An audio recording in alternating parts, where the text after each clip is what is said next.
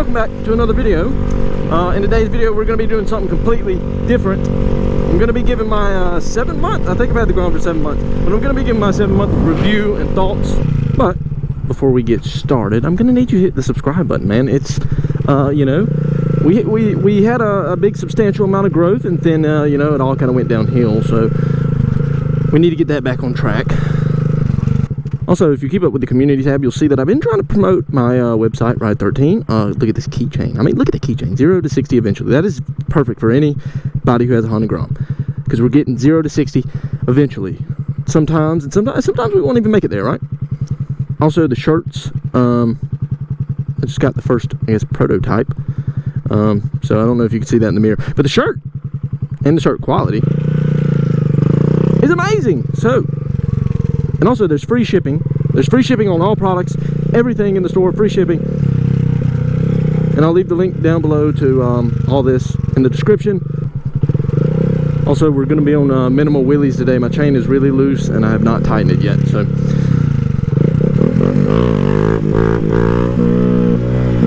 all right. But anyway, let's get started. So, to knock out the very first cold, hard truth about getting a Honda Grom, and especially as your first motorcycle, is it's not going to be your first motorcycle. It's not going to be something you're going to want to spend money on and keep it around. It's not. Especially if it's your first. If it's just something you see that is, you know, a low intimidation factor or whatnot or whatever it may be, this ain't going to be it. This is not for you. The Honda Grom is not for you. If you don't truly enjoy the small little compact size and know what you're getting yourself into before you buy one, or, you know, if you already have one and you're trying to sell it now, then this is not for you. And that's the cold hard truth. I had to learn it that way in a way, you know, because for years I had always wanted the Honda Grom. Don't ask me why. That's just why I just wanted the Honda Grom.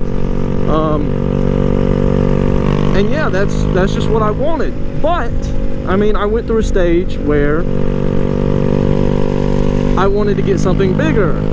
So, you know, being smart old me, I went and I picked up a Honda CBR 300. Okay. Don't get me wrong, sport bikes are cool, and I want a sport bike. You know, I would love to have a sport bike again. I love them. But after riding the Grom for however long I rode it before I got that CBR, and I hop on that CBR, there wasn't a big power difference. The 300 was pretty boring.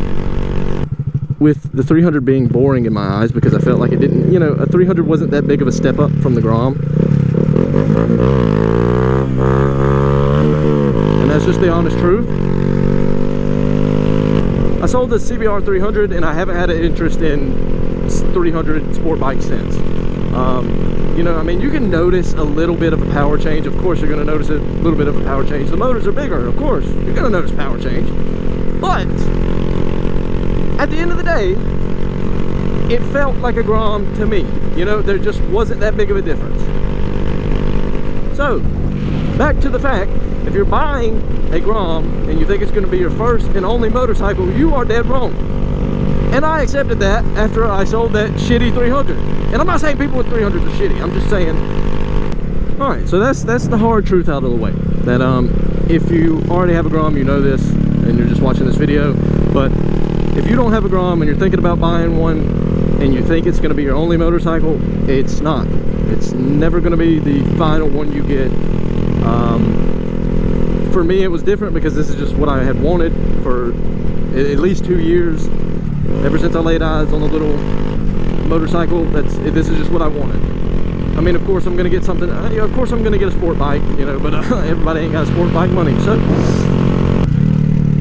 all right. I mean, on to the next talking point, and you're going to see what I'm talking about. On to my next talking point. The Honda Grom is just full of fun, man. You won't know until you ride around a town, or you know, start learning how to do this. Okay, that was pretty shitty. But anyway, the Honda Grom, it's fun, okay? Zooming around on like little suburban streets or town streets, whatever it may be, you know, not a highway like I'm on at the moment. It's just fun. It's really fun, and it's something you won't understand until you're on one. That also brings up a negative talking point, and you know, probably one of and probably for me, one of the only negative talking points is that you don't have speed to go certain places, okay? And I get it, like, I just feel like maybe so that Honda should have put a 150 motor in a Grom, or, you know, something just a little bit bigger so you could hang with the highway speeds. But unfortunately they didn't do that, so I'm sure in the future, after a couple generations more of the Grom, or maybe one generation more, that we might see one that has a bigger motor, but that's debatable.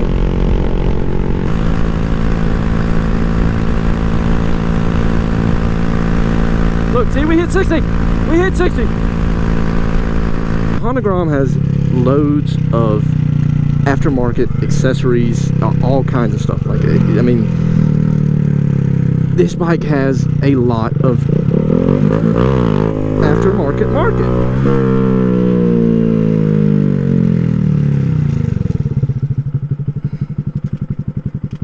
Aftermarket market. Because, I mean, you know, whether it's different color plastics that are pretty cheap, or you know, different exhaust. The fender eliminate kit is a really popular one. Different shocks, you know, motor. It just has a lot. I don't even know what to go over, because there's so many different mods that you could do to a Grom that I can't honestly can't keep up. I would say that the 23, the newer models, haven't really caught on that much. I'd say the 23 models and the newer gen body styles haven't really caught on that much to aftermarket parts necessarily. I mean, whenever I first got mine, it was pretty hard to find like just a bolt and go fender eliminate kit.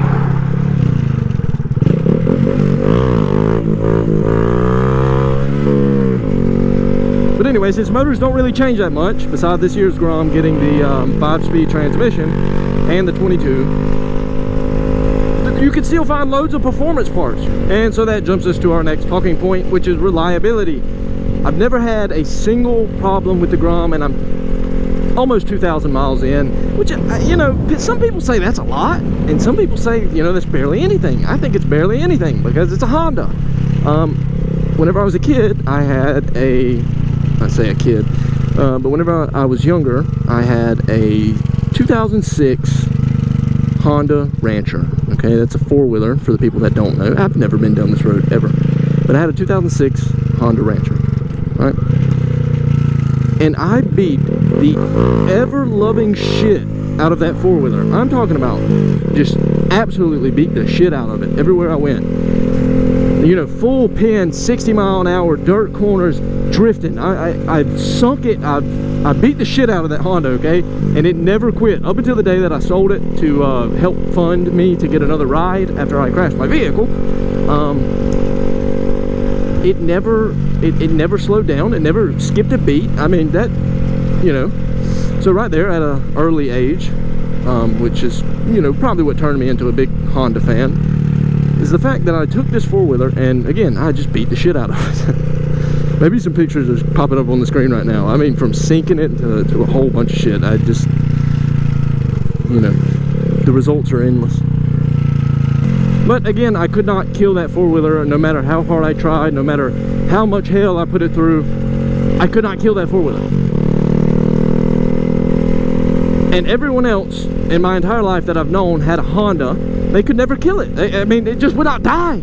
It would not die. They literally, a Honda will not die. I mean, unless you know, do something heinous with it and whatnot. But if you're keeping up on the maintenance and you're doing all your normal maintenance routine stuff, a Honda just won't die. I've never fucking been here before. I should start going down these roads a lot more. So, like I said, I mean, I only have 2,000 miles. You know, I don't know to the Gromster standards if that's a lot or not, because everybody's always disagreeing. But I'm just saying, from experience, you know, the reliability's got to be top notch.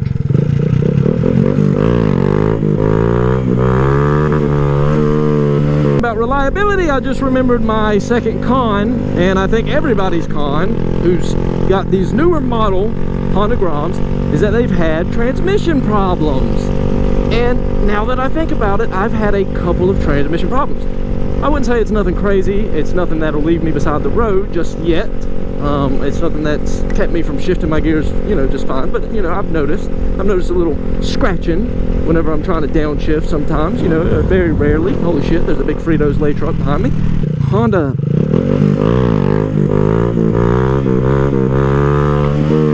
To my knowledge, Honda. Anyway, to my knowledge, Honda has not issued a recall for this transmission problem. I do not think so. I do believe that I did get an email asking me if I've experienced any transmission problems with my 23 Grom. And I responded, I'm not gonna lie, I responded yes, okay? But that's just because, you know, everybody else is talking about it. Everyone else is saying they're having the same problem. You know, they're posting their videos of the whining noises and shit coming from the transmission. And if I can help get a recall or whatever it may be to come back for the Grom, then, you know, you gotta do what you gotta do. I gotta go down this road again. So we've discussed being a beginner, we've discussed the reliability, the aftermarket mods, the fun. I mean, the fun, yeah, the fun. But I do want to touch back on the beginner basis just a little bit, okay? So for me, I watch a lot of people in the stunt scene, all right? And I've always, you know, kind of pushed the limits on on most of the things I drive, unless it's vehicles. I don't fuck with vehicles no more. I don't play with vehicles. And I'm still, you know, I'm safe whenever I'm doing things on motorcycles or four-wheelers or whatever it may be. And, you know, saying push the limits is, you know, if you just go watch a couple of the videos, I ride a dirt bike also. And on the dirt bike, I'm jumping hills and I'm doing stuff and I'm getting better, and, you know, that's kind of what it's all about, is because progression and practice and shit like that, you know, rewards you in some way with motorcycles.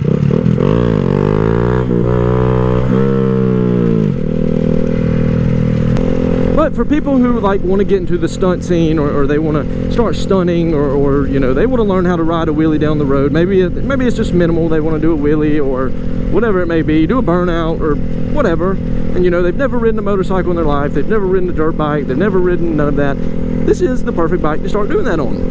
I'm not gonna lie, with the short wheelbase of the Grom, it is kind of difficult. It's difficult to find the balance point, and it's difficult to get comfortable leaning something this not wide in the air. And I say that because, again, on my dirt bike, it's a wider frame, you know, from front tire to back tire is wider. And it was a lot easier for me to learn on the dirt bike than it was compared to the Grom. It took me a while to even think about hitting a wheelie on the Grom. But now I'm practicing doing it, so that's one of the good things for beginners. I think if you want to get into the stunt scene eventually, then a Grom could, you know, very much help you do that.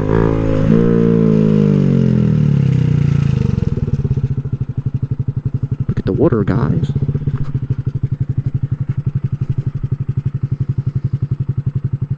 I can't believe I've never been down this road. And it's more than the stunning. I'm just saying, you know, for my rant earlier in the video, I'm just saying that if you think that this is, you know, gonna be your primary bike, it's not. But for beginners, it is it's just great. It's great. I mean, if you can find a Honda Grom for, you know, a really good deal on Facebook Marketplace or whatnot, then hell, go ahead and do it. But if you're looking at getting a new one, and for broke boys like myself, you know, $4,500 plus your interest, because you ain't got the money to pay it off right then and there, you know, you might want to rethink your options.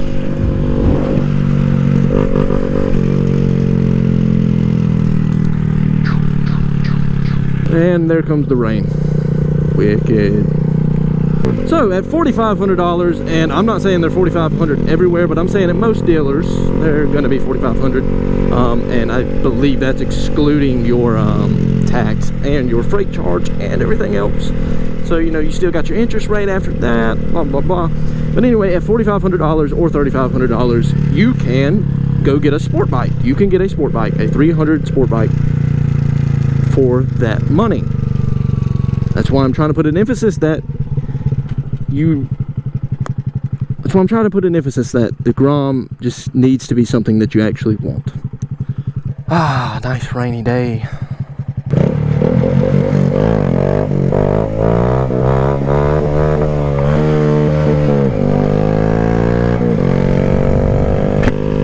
It's great. It's just got to be for you. You just got to know what you're getting before you get it. And that's kind of like, I mean, that's kind of the bottom line. You just got to know what you're getting before you get it. But if I was you, and I wasn't dead set on a sport bike, by contrary, sport bikes are uncomfortable as shit, by the way. I mean, I love them though, you know. Everybody loves a good sport bike, but big truck.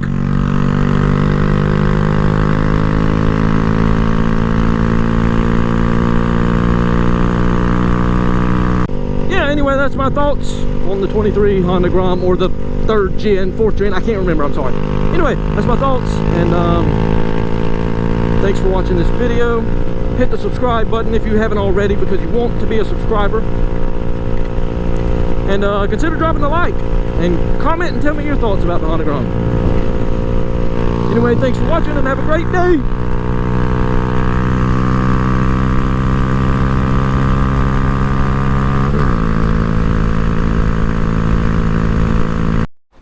All the shirts.